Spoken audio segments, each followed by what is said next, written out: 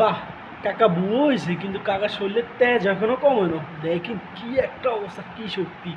এই কোনায় হোলাইনে ভেজাল করবো, মুরব্বি কাকারা হিরাই দিব, কাকা হিরাই দিব, হেডা না করো ওরে মা, কাকার শরীরে কি তেজ!